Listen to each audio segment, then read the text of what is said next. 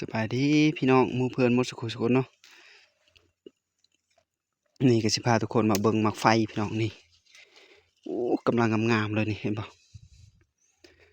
สดๆเลยนี่พี่น้องลายเลยนี่ดกขนาดเลยพี่น้องนี่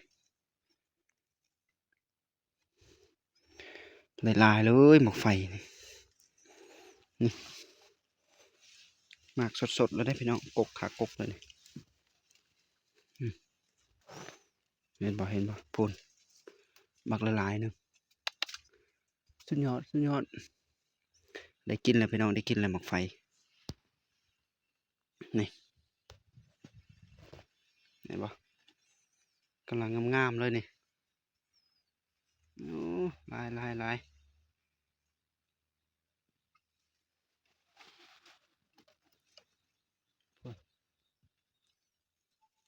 ลายคักหลายพี่น้อง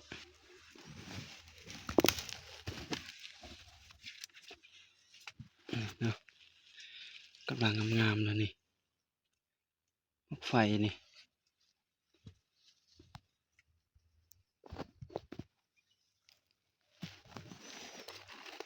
พอได้กินอยู่พี่น้องดกเลยพอเห็นบ่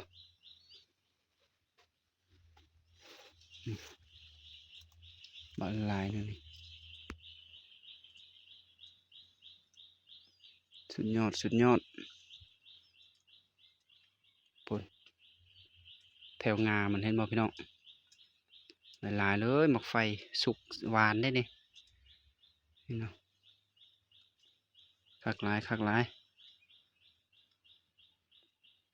หมักไม้ป่าพี่น้องหมักไม้ธรรมศาสตร์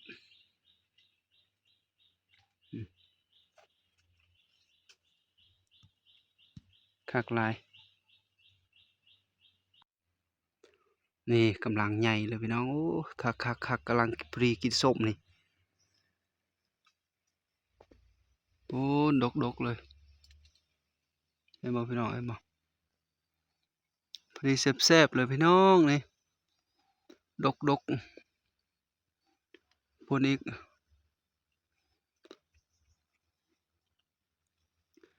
หลายเลยหมักไม้ธรรมศาสตร์บ้านเฮาพี่น้องพ่นหมักไฟปูมากหลายพูนนะสุดยอดมีแมงเขามากินเลยพี่น้องนี่ถ้ามันสุกนี่โอ้ยก็นกตัวบางหลายเนาะนี่มาเฮานี้คลิปก็ได้จบลงเพียงเท่านี้เนาะพี่น้องเด้อมากดไลค์ถึกใจกดแชร์ให้แน่พามาเบิ่งหมากไฟหมากไม้บ้านเฮาพี่น้องเนาะขอบใจหลายๆเด้อบ๊ายบายพบกันคลิปต่อไปเนาะ